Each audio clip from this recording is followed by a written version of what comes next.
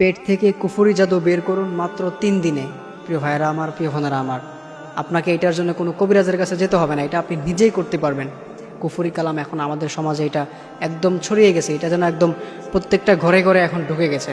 দেখা যায় মানুষকে এখন কুফরি কালাম করা হয়, দেখা যায় কুফরি কালাম করে বিভিন্ন বিপদের মধ্যে ফেলে দেওয়া হয়, কুফরি কালাম করে একদম তাকে শেষ করে দেওয়া হয়। এটা আমাদের সমাজের মধ্যে এখন একদম ছড়িয়ে গিয়েছে। আবার অনেকেই আছে এটা বিশ্বাস করতে চায় না। কুফরি কালাম এটা কিন্তু একটা বাস্তব বিষয়, এটা একটা সত্য বিষয়। অনেকে আছেন এটা বিশ্বাস করেন না। এটা যদি আপনি বিশ্বাস না করতে চান তাহলে কিন্তু আপনার হয়তো বা ঈমান নষ্ট হয়ে যেতে পারে, কারণ কুফরি কালাম এটা সত্য বিষয়। ইভেন এমনকি আল্লাহর হাবিব সাল্লাল্লাহু আলাইহি সাল্লামকে পর্যন্ত কুফরি কালাম করা হয়েছিল। এক ইহুদি মহিলা আল্লাহর হাবিব সাল্লাল্লাহু আলাইহি সাল্লামের চুল মুবারক নিয়ে 11টা গিট্টু দিয়ে তাকে কুফরি কালাম করেছিল। তো আল্লাহর হাবিব সাল্লাল্লাহু আলাইহি সাল্লাম আর কথা বলতে পারে না, আল্লাহর হাবিব সাল্লাল্লাহু আলাইহি সাল্লামের জবান বন্ধ হয়ে গিয়েছে।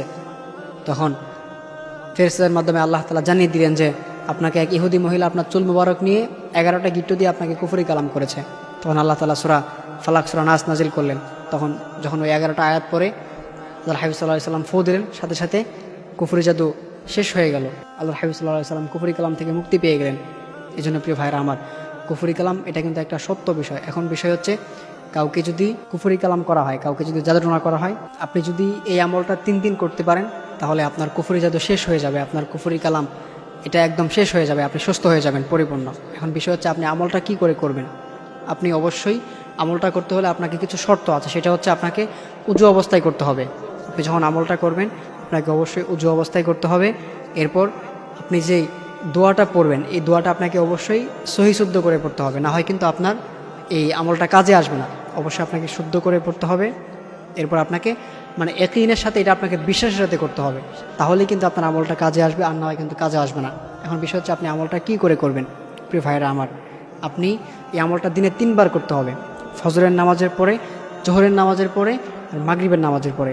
এটা যদি আপনি 3 বার করতে পারেন, দেখবেন ইনশাল্লাহ 3 দিনের মধ্যে আপনার কুফরি জাদু শেষ হয়ে যাবে, আপনি পরিপূর্ণ সুস্থ হয়ে যাবেন। আমলটা কি করে করবেন, আপনি ফজরের নামাজের পরে আপনি দুরূদ শরীফ 1 বার পাঠ করবেন। এরপর সূরা ফাতিহা আপনি 7 বার পাঠ করবেন। এরপর সূরা ফালাক 7 বার পাঠ করবেন।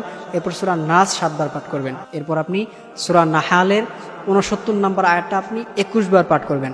সে আয়াতটি হচ্ছে, ইয়াখরুজু মিন বুতুনিহা শারাবুম মুখতালিফুন আলওয়ানুহু ফীহি শিফাউল লিন্নাস। আপনি যদি এই আয়াতটা আপনি 21 বার পাঠ করেন, প্রথমে দুরূদ শরীফ 1 বার, এরপর সূরা ফাতিহা 7 বার, এরপর সূরা ফালাক 7 বার, এরপর সূরা নাস 7 বার, এরপর আপনি সূরা নাহালের এই আয়াতটা 21 বার পাঠ করবেন। ইয়াখরুজু মিন বুতুনিহা শারাবুম মুখতালিফুন আলওয়ানুহু ফীহি শিফাউল লিন্নাস। এই আয়াতটা আপনি 21 বার পাঠ করবেন। 21 বার পাঠ করে আপনি 1 গ্লাস পানি নেবেন, 1 গ্লাস পানির মধ্যে ফু দিয়ে এই পানিটা আপনি খেয়ে ফেলবেন। ফজরের নামাজের পরে 1 বার, এরপর সেমভাবে জোহরের নামাজের পরে 1 বার, এরপর আবার মাগরিবের নামাজের পরে আরেকবার, অর্থাৎ দিনে 3 বার। আপনি ফজরের নামাজের পরে 1 বার করলেন, করে আপনি সেমভাবে করে পানির মধ্যে ফু দিয়ে আপনি খেয়ে ফেললেন। আবার জোহরের নামাজের পরে, আবার মাগরিবের নামাজের পরে অথবা ঈশার নামাজের পরে আপনাকে অর্থাৎ দিনে 3 বার করতে হবে। এটা আপনি কন্টিনিউ 3 দিন করবেন। এটা যদি আপনি কন্টিনিউ 3 দিন করতে পারেন, দেখবেন আপনার পেট থেকে কুফরি জাদু বের হয়ে যাবে। তবে অবশ্যই আপনাকে উজু অবস্থায়, পাক পবিত্র অবস্থায়, বিশ্বাসের সাথে, ইয়াকিনের সাথে, আর আপনাকে অবশ্যই আপনার সহি করে পড়তে হবে।